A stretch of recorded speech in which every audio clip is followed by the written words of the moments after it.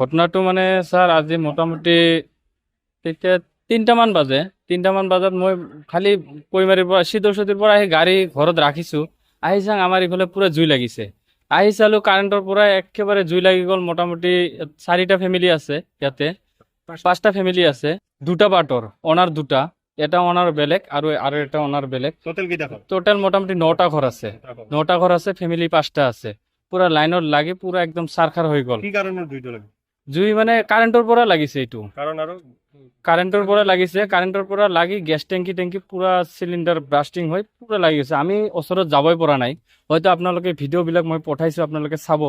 তে মই এইটোৱে আপোনালোকৰ জৰিয়তে মই জনাব বিচাৰিছোঁ জিলা প্ৰশাসন এবং লাইনৰ কৰ্তৃপক্ষক, আমাৰ নাচনগুৰিত লাইনৰ ইমান ডিষ্টাৰ্ব হৈ আছে। কেতিয়াবা 3টাৰো মানে ফায়াৰিং কৰি থাকে লাইনমেনবিলাক, সেইবিলাক কোনো গুৰুত্ব নিদিয়ে। আমাৰ এই নাচনগুৰিত ইতিমধ্যে মই মানে জনাইছোঁ যে কাভাৰিঙৰ ব্যৱস্থা কৰিব লাগে, কাৰণ ইয়াত ঘন ঘন ঘৰ, জনবসতি ঘৰ, মানুহৰ ঘৰৰ ওপৰেদি কাৰেণ্টৰ তাঁৰ গৈছে। এতিয়া যদি তেওঁলোকে যদি কাভাৰিঙৰ ব্যৱস্থা নকৰে, এতিয়া লাইনৰ তাঁৰবিলাক মানে ঢলি থাকে। যেতিয়া ফায়াৰিং হয় এই জুইটো আমাৰ ঘৰত পৰি যায়। ঘৰত পৰি যোৱাৰ কাৰণে আজি আমাৰ এই অৱস্থা লগা হৈছে।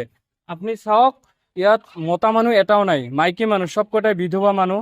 এওঁলোকৰ ঘৰৰ কোনো মতা মানুহ ফেমিলি নাই। এওঁলোকে মানুহৰ হাজিৰা মজুৰি কৰি খাই যিহেতু মানে পৰিয়ালটো পোহপাল কৰি আছে।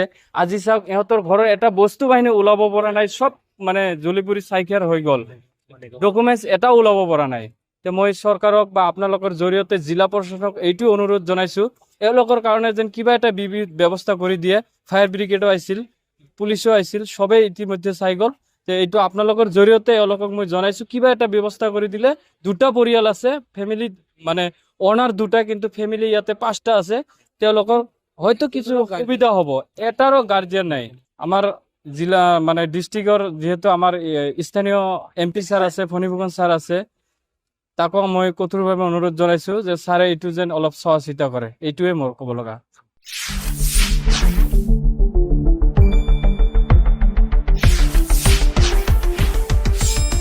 শুদ্ধ আৰু বিস্তৃত বাতৰিৰ বাবে চাই থাকক নিউজ ডেস্ক ৰিপৰ্ট।